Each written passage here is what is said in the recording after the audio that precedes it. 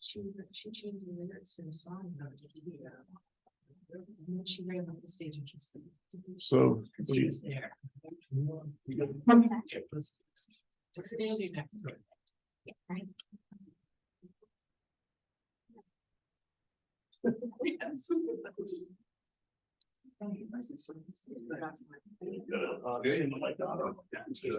Yes. Yes.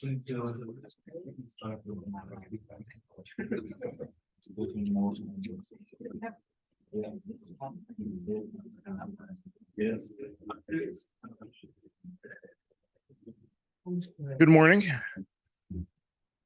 Happy Monday. Welcome to today's session, both for the folks that are here in person and online.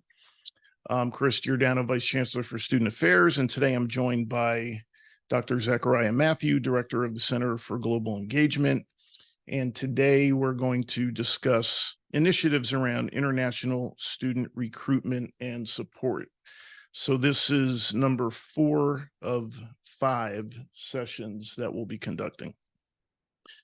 So quickly, I'll frame today's conversation. And for those that have joined in the past, this is repetitive. For those that have not, I think it's important that we review the process and talk about the resulting support initiatives that came out of the process. Then we'll talk about today's initiative.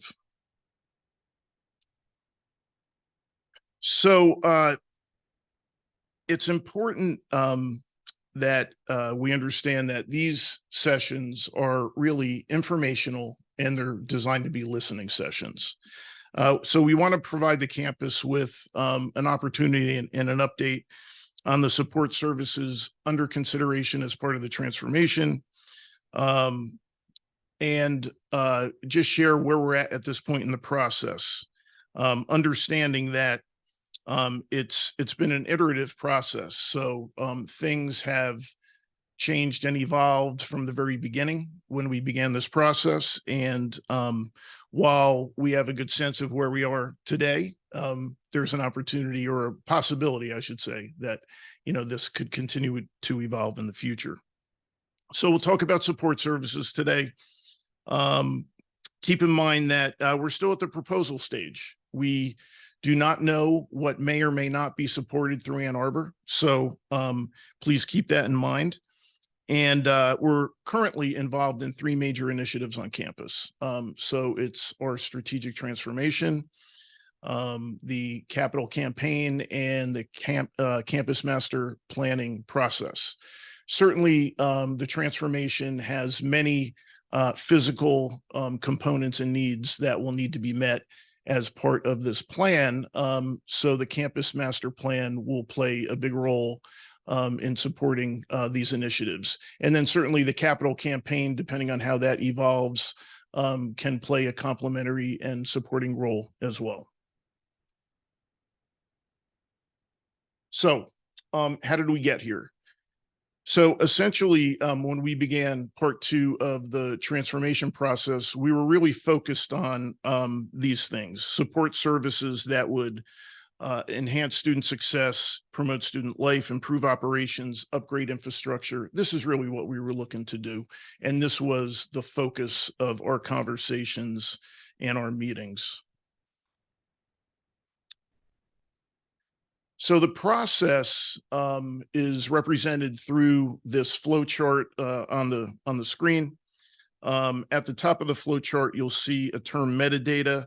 All the information that was either captured or generated during part 1 of the transformation process is referred to as metadata, and that consists of the market demand analysis, course economics review, community engagement and stakeholder feedback, and the holistic synthesis of findings in the form of a synthesis report.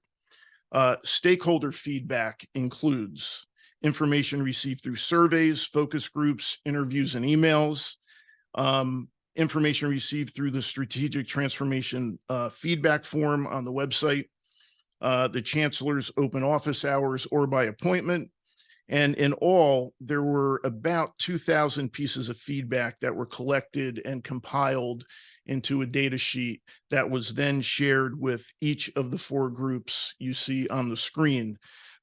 Those 4 groups being academic deans, the group that was formed at the beginning of the transformation called ITAC, a staff working group, and student government. So using this data as a starting point, each of these groups was charged with submitting recommendations for consideration in the form of proposals. Each group submitted up to 10 proposals, each based on project proposal guidelines. So proposals were submitted to project leadership for review and evaluation based on established guidelines and evaluation criteria. While project prioritization criteria were established in review of each proposal, evaluation of proposals was reviewed through an RRG lens, with recruitment, retention, and graduation acting as the key filter. The strongest proposals were evidence-based and supported through data, research, literature, national standards, and/or best and high impact practices. Proposals were prioritized and incorporated into the following 10 project areas. So the 6 on the left form our 6 information sessions that we're holding. And obviously today we're talking about international student recruitment and support. Excuse me, the other 4 are on the right, and these are being pursued in other ways or are still under consideration. And the following slide, and my last slide, excuse me, represents the 6 support initiatives plotted sequentially in a modified Gantt chart. So we wanted to provide a visual representation of the primary periods of intervention and impact for each initiative and demonstrate how they align along a progressive pathway throughout the student life cycle. While each will impact students differently and throughout the student life cycle, we feel the highlighted areas represent the periods of highest impact. We understand that this is not a linear process for our students, but we also understand that these support initiatives will form the support foundation and infrastructure for how we can support students through those crucial initial years as a student, and then throughout their life cycle and through graduation. Understanding that while we're using a 4-year model for the purposes of this proposal, could be 5, it could be 6. We hope it's not more than 6, but it certainly can be. But these supports will remain in place throughout the students' time here at Flint. So one thing that we wanted to demonstrate through this visual is that these supports extend from pre-enrollment through graduation, regardless of undergraduate major or program, are complementary in nature throughout the student life cycle, designed to serve all students, taking into consideration subpopulations, cohorts, course modality. And these are some things that we've discussed more in detail during the info sessions and presentations.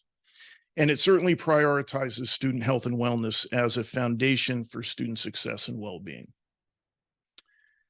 So these things, while it's modeled right now on undergraduate students through the visual, it certainly applies to graduate students, professional program students, online students, each of whom have a different set of priorities and needs. So with that, I would like to ask my colleague, Zachariah Matthew, to come up and talk a little bit more about international student recruitment and support.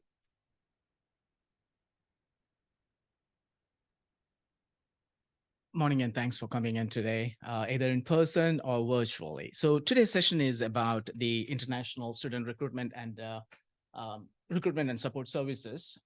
The charge for the committee was through international students, by providing international student support and engagement services, contribute to the recruitment, retention, and graduation. Oh, sorry. All right.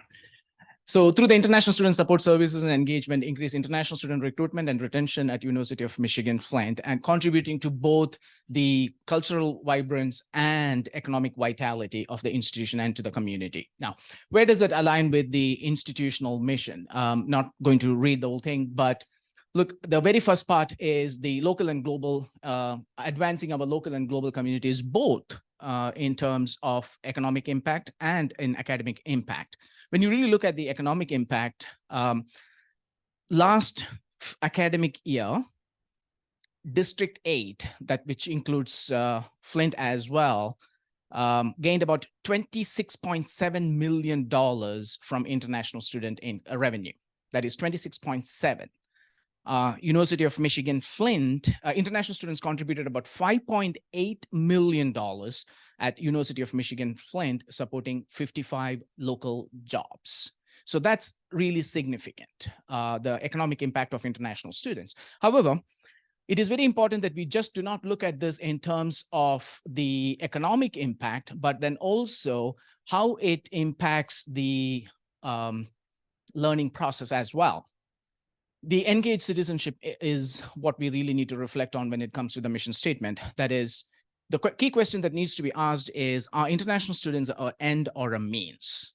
If it is an end, then we could have completed this with the economic impact. However, if it is means, then the key question is, what are we really gaining from the international students? The international students play a very important role in ensuring that global perspectives are accessible to all. Not all students can travel. So international students could be a window to the world for most of the students who really attend our community, thereby providing them an opportunity to enhance their global perspectives and frame of reference. So international students can have impact on both the levels: economic vitality, cultural vibrance, not just in terms of the Fs, the fashion, food, and festivals, but in terms of career competencies. Now, our students go to school here, but tomorrow they could be working for a company that's based anywhere in the world. So the soft skill becomes very important, and we need to focus on that as well. Now, international student mobility is a dynamic and ever evolving. Now, I'm just giving you a little bit of a background on what goes through or what happens when it comes to international student recruitment, or how students choose destination and country choice, so that you can make a little bit of connected reference to what is really happening at UFM Flint and what we need to do to enhance these numbers. There are push factors that really push international students out of a country, and there are pull factors that really pull them into a country. Now, they have to align. It's called a shake hand. All the push factors, what pushes the student out of a country, should align with where they get pulled in. The factors that also contribute to that is immigration regulations and cost of education. There are two factors that kind of plays an overarching role in this decision making. The key factors that really influence the push factor are educational offerings, economy, and employment, employment after your education. So, I mean, there are quite a lot of factors. You can just go on. At the pull factor, the pull factors fall within three major scope. One, the country image, the state image or the city image, and then the institutional image. Now, the key factor that we need to recognize is international students, when they're making decision from a country abroad, they are many times making a decision based on perceptions. So the way to really look at this is simple. When you are investing $100,000 or $120,000 to buy a product, how do you really make an informed decision if you have not used that especially, if you do not know what it really means? Definitely you do a lot of inquiry. So the pull factors are country image, economic strength of the country, reputation of the education, both within the country and at the institutional level, specialized field of studies, research opportunities, employability, ease of immigration, language of instruction, financial incentives, all these things. Now, the key factor to remember for us is there has to be an alignment with the push factor and the pull factor. Now, even though the pull factors exist there, if we do not put an effort to market it, and if we do not if we do not make sure that the prospective students know about it, those pull factors will just remain within the place. And never would the factors that push a student really pull us to our institution. Now, this is just an overview of looking at who might be attending University of Michigan-Flint. What the segment of international students who might be attending University of Michigan-Flint. So this was a study that West conducted in 2012. It's about 12 years old. The dynamics and the demographics have really changed, but broadly for the purpose, it makes sense. So they surveyed about 2,600 students from about 14 different countries, and they found out that the decisions are made based on one's financial resources and academic preparedness. So on the x-axis, you'll see academic preparedness, and on the y-axis, you will see financial resources. Now, the student make a decision based on the alignment of X and Y. So based on that, the responders were divided into 4 different categories. One is strugglers, strivers, explorers, and high flyers. The strugglers are the one with low academic proficiency, low financial resources. Strivers are the one with high academic preparedness, low financial resources, and explorers and high flyers with low academic preparedness, high resources are the explorers, and both high on high flyers. Now, I don't have a lot of data to literally claim who comes here, but based on 2023 GPA data, that is fall 2023, the undergraduate applicant average GPA was 3.23, 3.24. The standard deviation, if you really look in, it's significantly large, 0.62 with an N of 623 applications. So that means the range here was significantly large. Whereas the enrolled student, the average GPA was 3.34 and the standard deviation was 4 at N at 11. That is significantly low. When it comes to graduate applications, 3.24, standard deviation 3.39, N 198, that is the total number of applicants that completed. We had a lot more applicants, but not everybody completed the process. The students enrolled, the GPA average was 3.32, standard deviation 0.39 with the N of 26. So this 0.39, this is significantly small. So that means the GPA ranged close to the mean. So from this, we can assume that probably our international students could fall somewhere in this region. For an inclusive institution like ours with a lot of financial support, the average GPA would be around 3.65 with the standard deviation of 0.4. So that is the academic preparedness. Economic resources, I had no data, but on the data based on anecdotal data, I can say most of our international students are dependent on campus jobs to sustain and to survive. So that pretty much tells us that they might be within this range. They may get some support from family, but not all the support. So it's safe to assume that they might fall within this range where they have high academic preparedness, but not a lot of financial support. Now, again, when it comes to decision-making to pursue an education abroad, the international students make decisions on 3 bases. One, they make economic decision. That is what we call within the higher ed, the social mobility. And then there is also the psychometric, sociometric reasoning of studying abroad. That is the status attainment. The status attainment students generally wouldn't come to inclusive institutions like ours. They go for brand, because a key factor in the decision-making is what kind of status their family would gain by going to a certain institution. Whereas the students who come here probably are making an economic decision. So most of the decision is based on financial matters. And then there is a combination. I'm sure we have a few students who also look for a combination of status attainment and economic, because we are the big, bold M. We all know this, doesn't need much of an explanation. However, when it comes to international students, because they're purchasing a product that they have never experienced and is purchasing based on assumptions, presumptions, and by what they have heard from others, what matters is not this part of the cone, but this one, the response rate, conversion rate, app completion rate, acceptance rate, deposit rate. Now, with international students, the key is they are making the decisions based on assumptions or perceptions, but this part is very important as well.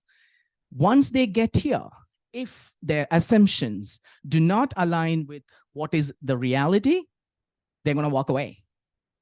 So usually we say deposit, international students, it doesn't matter. Yes, yield rate, enrolled. That doesn't end the story when it comes to international students, because they can still transfer out, and they will, because they're making economic decisions. Their experiences matters. We can move them here. And this also is very important, because most of our international students come from high context cultures. So that means there has to be constant touch point nudging them to move through. On an average, an international student applies to up to five institutions. 2 to their scale, 2 above, 1 par. So they can guarantee. Now this one, the curve, there is 1/4 of a group that would attend our institution irrespective of what we do. The same amount of students who will never attend, because that's a backup university. But the major chunk, almost 60% or 70% of this population who apply, will need intervention to go through this funnel. Now, the transformation, as part of the transformation plan, the focus is on new academic programs. This is, again, STEM programs that has high yield, enhanced academic support services. So these are the areas that the transformation plan is hoping to address. Enhanced campus and community engagement, enhanced mental health support, safe and affordable campus housing, support for recruitment initiatives, food security, campus jobs, targeted marketing, in-person classes for academic experience and immigration compliance, conducting in-person classes, research assistantships, undergraduate scholarships, personnel, and this is key, personnel at all levels, at undergrad, grad, and CG level, and then also campus engagement, student affairs level, college and program-specific recruitment initiatives, diversification of student enrollment, alumni engagement. Right now, our international student enrollment is pretty much focused on SOM and CIT.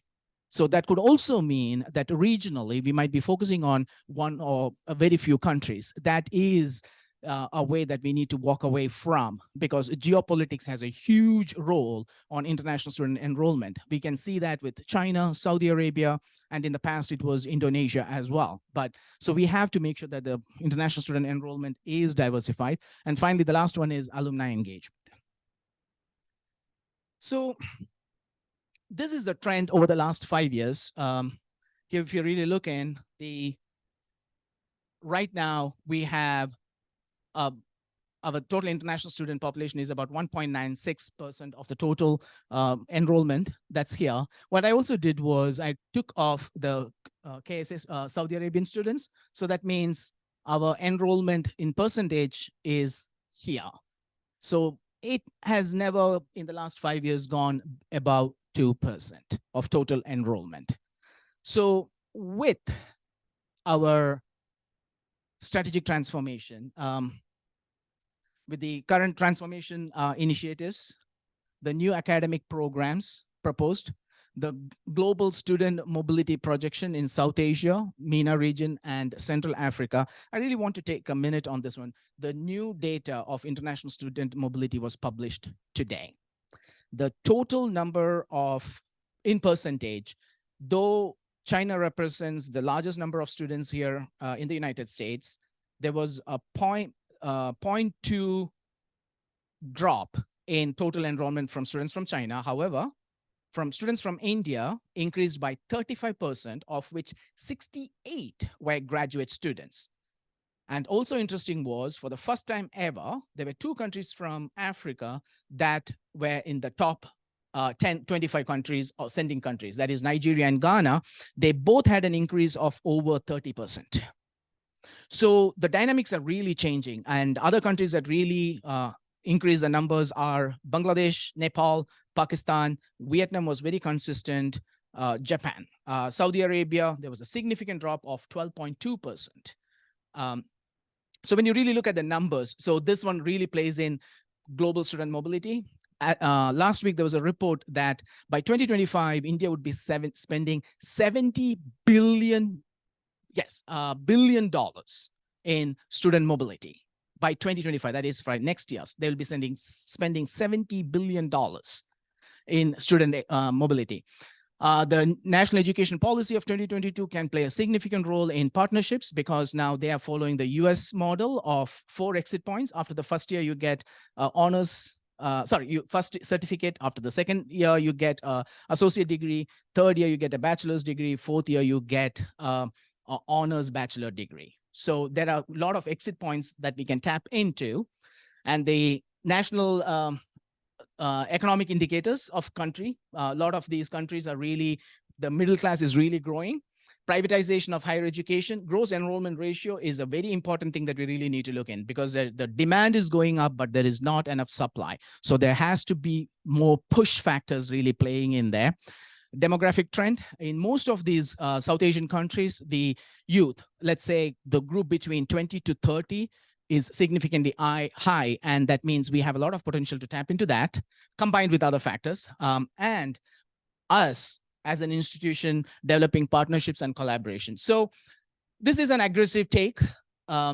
If all these things can come together, we are hoping that we can have a 7 to 11% increase in international student enrollment at Michigan-Flint over the next 5 years, raising our current number 120 to almost 200.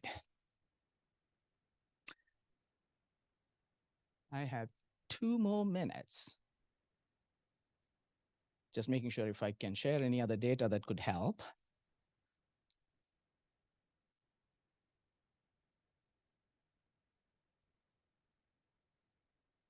Yep. So that's all I have. Now we can open up for any questions you may have.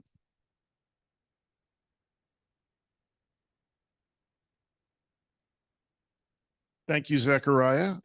So now it's your time. I know there was a lot of information that Zachariah presented. There's a lot of detail and a lot of nuance here. So he's happy to sort of provide, more detail during this time, but we wanted to make sure that we left about a half hour so folks could ask any questions they have, make any comments that they have, whether here or online. So with that, are there questions, comments in the room?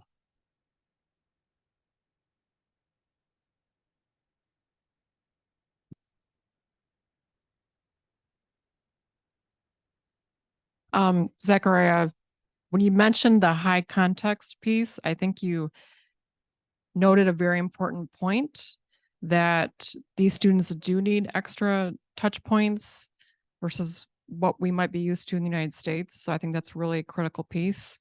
Having worked in the Middle East, we had to do that with our students there, and I think it would help bring people in. So quickly, as we've gone through this process, we've learned that this particular population of students is not unlike some of our other student populations on campus that require high touch and highly intensive sort of support. And we understand that that takes resources, that takes staffing, and that takes money. So we understand that that is what it takes to support certain populations of students, but I will certainly let Zachariah speak more on that. Yeah, absolutely. That's right. The high context culture is something that we need to recognize, and we really need to be cognizant of the fact that culture plays a very important role when it comes to recruitment. Basically, what you're really doing is staying in the same wavelength and helping them make a decision. So you can send 150 million emails, they will never read it. But one call and saying, yes, I will be there. Yes, I have experienced it, could substitute many millions of email. So what we are doing right now is literally our students are calling. We haven't started it for this semester, but last fall, our students called. Indian students called, the prospective Indian students. We also had a student from Bangladesh call, and that made a huge impact and saying that, you know what, I'm there. And also the other part is these students at the age of 19, 20, 21 are leaving their home country. and coming to an absolutely strange place. You know, when I was 28 when I came here, and I thought I spoke English. That all changed on day when I got here, because I couldn't order a cup of coffee. I was ready to go back. So culture is very important, you know, and it's very important for us to recognize that and make sure that at every stage here, when we're really talking about the rate, it is that cultural aspect that's going to push them here. And by the time they get here, we need to have their full confidence. And instead of them leaving, if there could be a misalignment, and everywhere it happens, because these students are making these pictures and images based on Hollywood movies and everything that the student says. Even the students, when they talk to their friends, they exaggerate things. So there could be a gap here. But if there is somebody here at the institutional level who can provide students the confidence, then you will be able to make sure that they enroll and go all the way to the RRG part, or else we can recruit them, we can retain them for a short period of time, but they leave. Every student who leaves will also make sure that he lets at least a large number, I can't say at least, a large number of students. A student leaving could also influence a large number of other students leaving, because it is a collectivistic community. So one leaves and nobody makes independent decisions. They make a group decision, because nobody wants to be blamed for making a decision of that kind. So they make a group decision, they leave as a whole.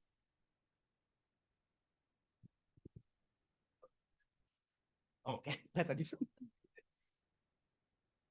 Thanks for the comprehensive presentation, and it's actually a great opportunity, because we truly believe that Michigan-Flint could benefit from significant growth in international students and attracting them. So my comment or question, it's more, if you look to the transformation plan, the heart of the transformation plan is student success.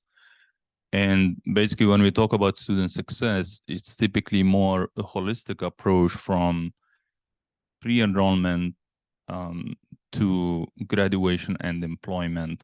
So, so looking to all of this together, it's very important that we look to probably multiple dimensions, like how we can ensure success at the pre-enrollment level, enrollment, and graduation and employment. And this is how we can build our reputation of satisfying whatever needs of international students, as Zakaria was showing.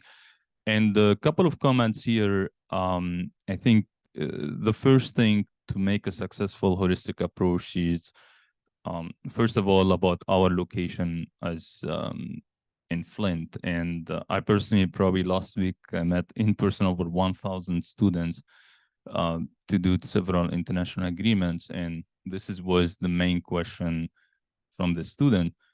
And the positive thing here is, like, we have great resources that we may leverage, but my point, it's more about the importance of communications and marketing during this process. I'm talking still at the pre-enrollment and enrollment level. And I'm glad to see Melissa here. She was really great support for some of the students that we tried to bring. But I want to mention the housing, for example, here at Michigan-Flint, the riverfront housing. Whenever I mention it, for example, our facilities there, I feel that students and their parents feel like secure, and they found it really a nice facility to have, where students, they can just walk, go to classrooms and so on. I'm just throwing one example of what could be our strength when communicating with international students, when they ask, for example, this type of question, and continuously enhancing that part. It's very important. That's probably one dimension. The other dimension is, of course, about having all this new grad programs that we have now that are very attractive specifically for international students, especially at the grad level, where when they come here, they want to have a job, they want to have a career, and making sure that in our holistic way to involve directors of this program to talk to the students, it's very important. And the last point, it's more also about how we can encourage more in-person interactions with those prospective students, and also when they come here, you know, improving their probably experience on campus. But I personally found the in-person interaction with students very critical, like traveling to meet with those students, in this home semester make a big difference. Especially sometimes in countries where US universities typically are not very present. So this can propose competitive advantage there. So this is our kind of the 3 points that I want to mention as a way to enhance the great plan that is already in place. So thank you.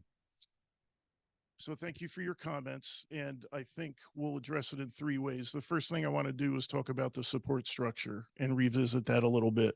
The second thing I'll talk about is student housing for international students, and then I think I'll ask Zachariah to talk about the career employment piece. These are things that we've discussed in detail as part of the plan for both recruiting international students and then supporting them once they're here. What I've learned as I continue to get deeper and deeper into the needs of this population of students is how important the relational aspect of what we do is versus their transactional aspect. That's important for all students, but in particular, I'm learning how crucial it is when we interact with our international students, that so much is based on the relationship that we can develop with them versus even selling what our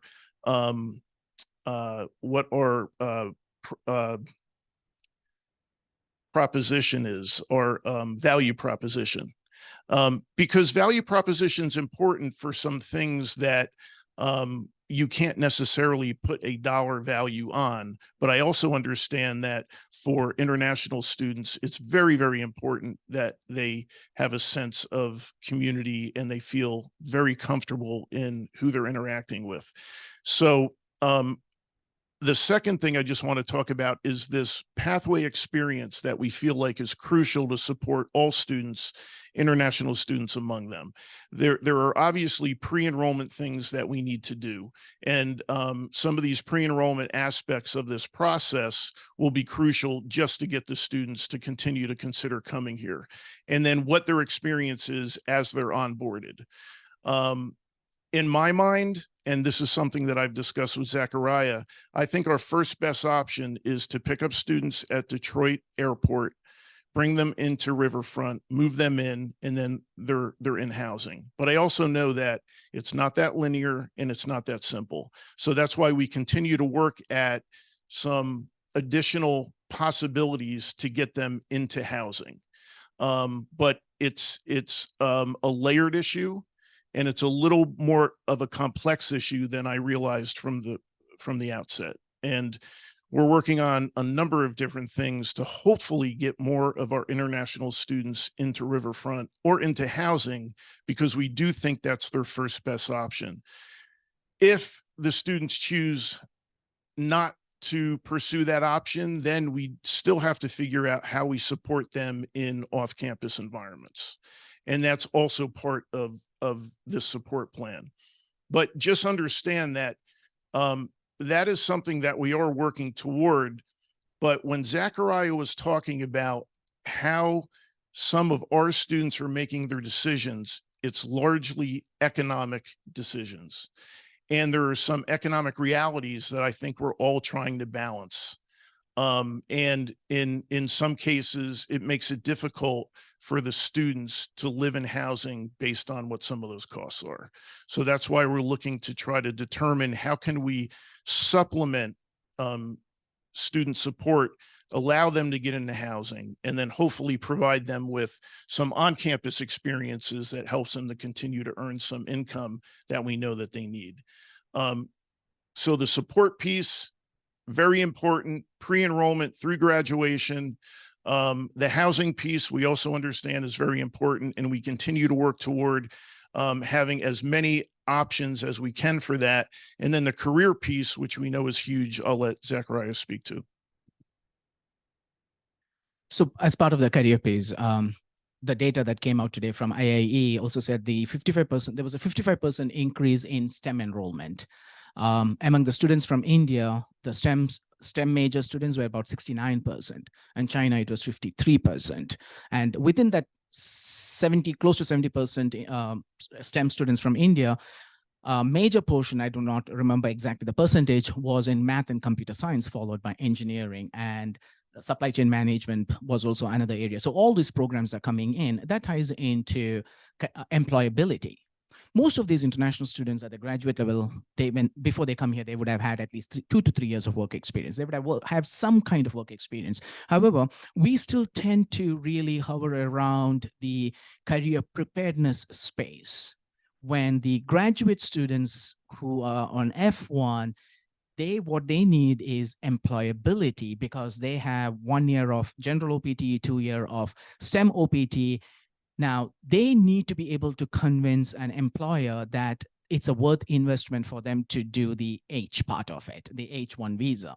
So I think it is very important that when it comes to the graduate enrollment and graduate international students, we also look at the employability space, where you're really not talking about getting the first job, but being able to elevate themselves within that space of either with one employer or with other employers. So we have to really look in. And that's why when we were working on the new program, so something that I proposed to Chris and, was to incorporate internships, because that really gives them a hands-on experience. It gives them the experiential learning opportunity and engaged learning opportunity. And then it also builds that network for them to be able to progress in their career.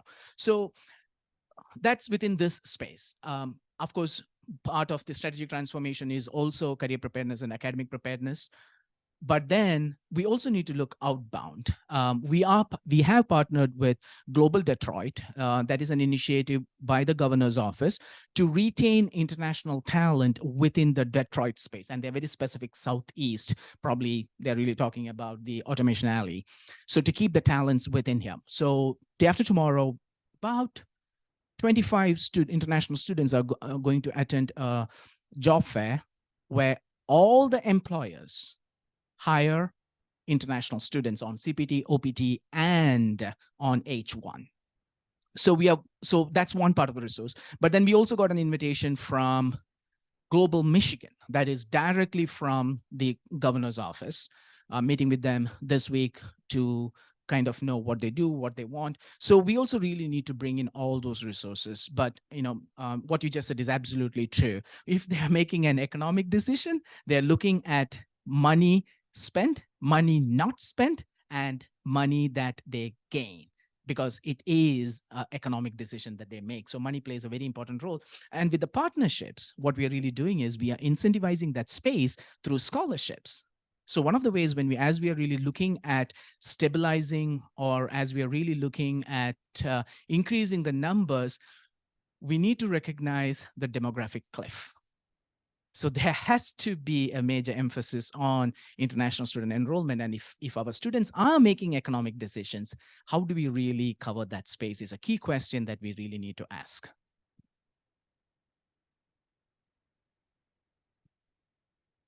So Zachariah, if you go to your end slide with the number of things that need to be in place really for this to work, we see that if we want to get them here and keep them here, it's really going to take a very comprehensive approach. So this is something that we've discussed. We understand that it will take some investment, but we're not looking to recruit students and not be able to keep them. So that's why we want to have a very comprehensive plan to meet their needs. Chelsea? Thanks. We have some comments from Zoom. So Dan Burchak says, thanks for that, Zachariah. I always appreciate your depth of knowledge. My question is how we might think about what you've described in other contexts as comprehensive internationalization as a part of supporting international student recruitment and retention, especially in terms of these high context culture dynamics you are describing. Isn't there a synergy between, say, getting local student global experience, whether through study abroad, international opportunities, remote learning, et cetera, and making sure we are getting international students the contacts and support they need while they are here by creating a more internationally oriented, competent, and curious campus? Doesn't this help to support international students and their senses of belonging and wanting to stay? Thanks. Thanks, Dan. That's a loaded question. So I can either put it in one word, and encourage everybody to ask this key question is, what is our key core product? Is it an academic degree or an education? Is it the curriculum or is it the student? And I think this is a space that we really need to work within to be able to answer that question. So having been an international student many years ago, I can only share my experience and say, I did not come here for an academic degree. I could have got quite a few of those in India with half the cost. I came here for an education that would allow me to unfold what is enfolded in me. So that was about, for me, it was about that interaction within the classroom. So yes, just having international students from the same country, from the same space, speaking the same language is not going to help. So we need to be able to diversify. The international students are really looking for opportunities to share perspectives, build a frame of reference, because this is what really makes them employable, or this is what gives them the employability, is this cultural experience. And absolutely, we also need to recognize, and in the very first slide, when I was talking about the mission, yes, we can really talk about all the economic vitality that it could immediately bring to the institution and to the community. However, how about our alums?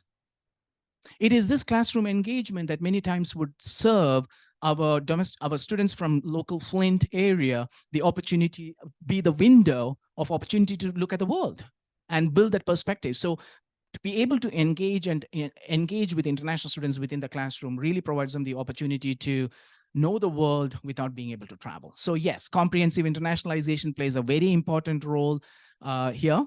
Or the other way, I can say is, student mobility broadly is very integral to comprehensive internationalization. Thanks. We have another comment from Emily. She says, thank you, Zachariah, for mentioning your own English knowledge and accompanying experience when you arrived to the U.S. What role do you see English and academic writing and speaking in particular playing in this recruitment, acceptance, and support after arrival? What language services need to be developed? And lastly, but importantly, how can we support our faculty and staff in intercultural communication and pedagogies that support multilingual learners? So I'll go with the last one first. We are working very closely with TCLT on that matter of providing faculty and staff the opportunities for professional development so that they can have the competencies that's needed to support and help our international students. So language is very important.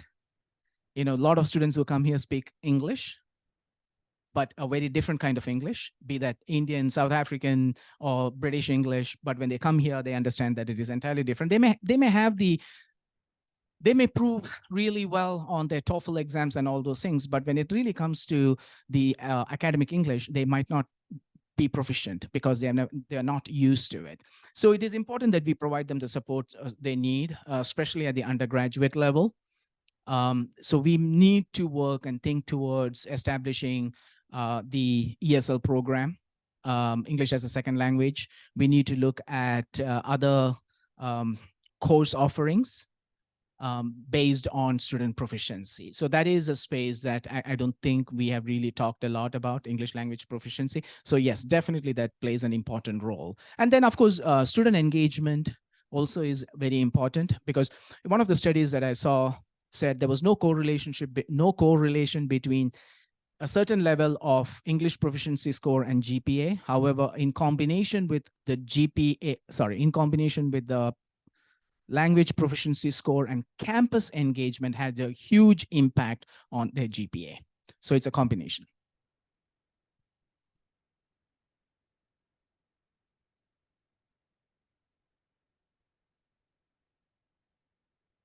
We talked about the need for multi-point touch and then the relational aspect of it. And one advantage that we could have is the diversity of background and experiences of our faculty and staff. A lot of international relationships are being built based on that, and that could have a significant impact on the experience of the international students when onboarded. You know, some of them are obvious. I'm originally from Turkey, but I wouldn't know that you had experience in the Middle East, and you know, you could be you could help improving the experiences of those students when they are here.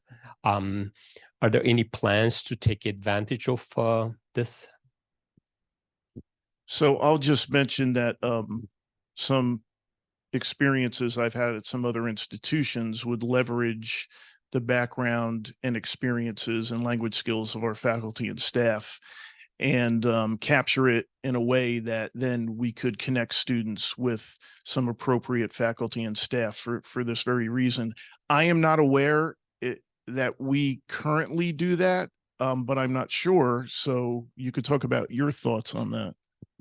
So you see a lot of bullet points here, but if you really dig deep, you can really take one of these bullet points and I can talk for the next 5 hours on that one. So the question that you asked, this is where it falls: college and program specific recruitment initiative. So the large question here is faculty engagement in recruitment. So when within that recruitment space, when you really talk about faculty engagement, we are really not talking about faculty sitting on the other side of the desk and distributing flyers. But when we are talking about faculty engagement, we are really talking about faculty from certain regions really capitalizing on their network and building that rapport with the students and institutions. For example, I mean, all the relationships that you are working on is something that is your personal contacts that you're really capitalizing on. Recently, when we were talking about engaging other faculty from the Middle East in recruitment. So at this point, it is not a major area that we are really looking at, but for us to be successful, yes, absolutely, we have to have, okay, let me rephrase that.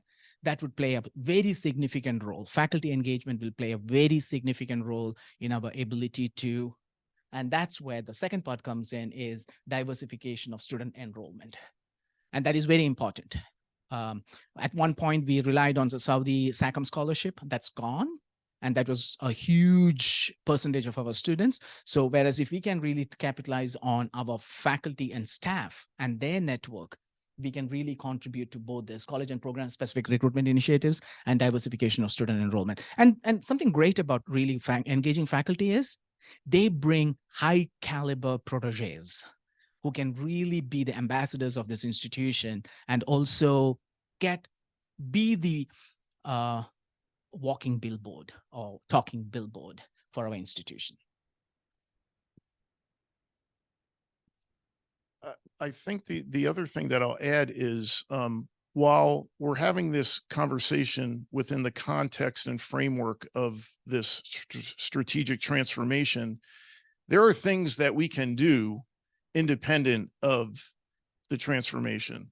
And I think we have to acknowledge that there are things that we can do, can be doing, maybe should be doing, independent of anything that may be a result of this transformation process. So if this process helps us to highlight or shine a light on some certain things that we really should be doing, then regardless of what may be supported through Ann Arbor, it doesn't mean that we can't just take the initiative, determine how we get organized internally, and then we start to move in that direction. So that's a big takeaway from this, that I think we really need to think about what can we do independent of anything that Ann Arbor might support us with, that's going to complement, what ends up happening as part of this transformation. Also want to add, all of our current partnerships, be that research or student mobility, is an outcome of a faculty asset or staff asset.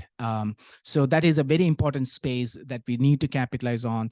The recent partnerships, all the partnerships that we signed, either has come from a faculty's network or a staff network, be that in SOM or in CIT. It's a very important market that we really need to tap into. Yeah, just quick question about the return on investment. It was not clear to me in terms of the projection. So we're projecting from 120 to 170 or, or 200, but this is for 2 years, 3 years. So what's the plan? So, okay. So this one, it says over the next 5 years. So this projection is for the next 5 years. So there are two parts to that. One is, it is very important that we really look at the ROI and also the cost of acquisition. So one is definitely looking, if I spend $100, how much am I making it? But then we also need to look in how much am I spending to get that one student in. So both of those, so we haven't got to, this process hasn't got to that phase yet. But before this, anything is implemented, the key question that we need to ask is, what is the ROI? This even comes with even the scholarship amount, because with the scholarship, with the money physically moving from one place to the other, the ROI is not just at the institutional level, it is also at the college level, and then it is also at the department level. I mean, we always talk about, let me put it this way. In some programs, the cost of instruction is much higher. For example, music is one of the programs that has the highest cost. So the ROI there might be very different to somebody teaching psychology or psychology department. So ROI at different level needs to be looked at, and the same thing with the cost of acquisition as well. So I don't want to put Yenner on the spot, but I know that the financial component of this process is still under development. And it's certainly something that we're thinking about. But at the end of the day, whatever we receive from Ann Arbor to launch these new programs is one-time money. So then over time, we will need to be able to sustain these operations with internal funding. And that's where we really need to have very strong analysis and assessment of whether or not these things are working. And if they're not working, then we need to off-ramp them. We need to recalibrate. But this does need to result in increased revenues. So that is a foundational aspect of what we need to do here. And that's something that is part of this formula, so to speak. So I don't know if you want to, anything?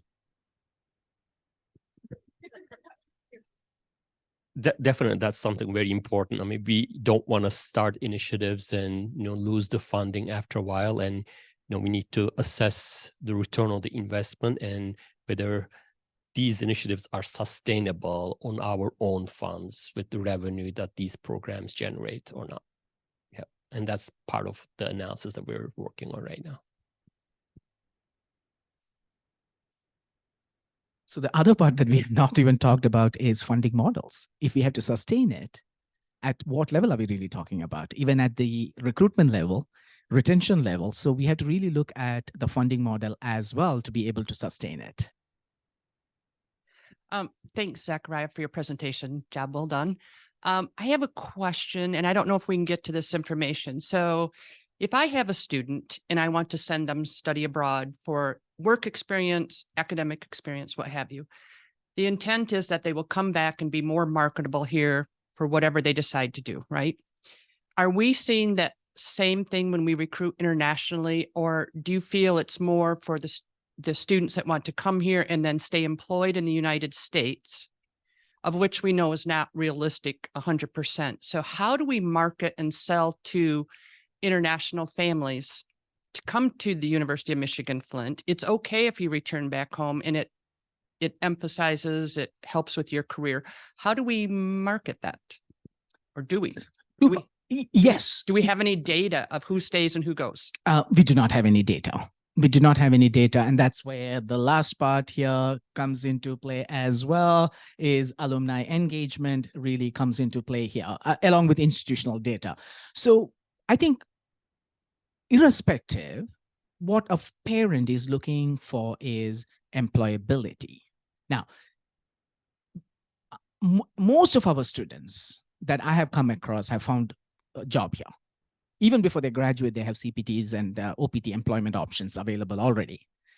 They do get jobs, but even if they go back, they might not be working for Microsoft here, but they could be working for Microsoft in India and coming to the United States and traveling all around the world at will. So this is where we really use the marketing language.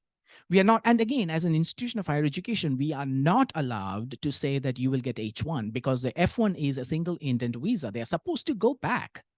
So there is a limited space that we can really hover in and say, we are really here about employability, providing the skills that you need, the support, the hand. Here's a hand. I will hold the hand. I will support the student.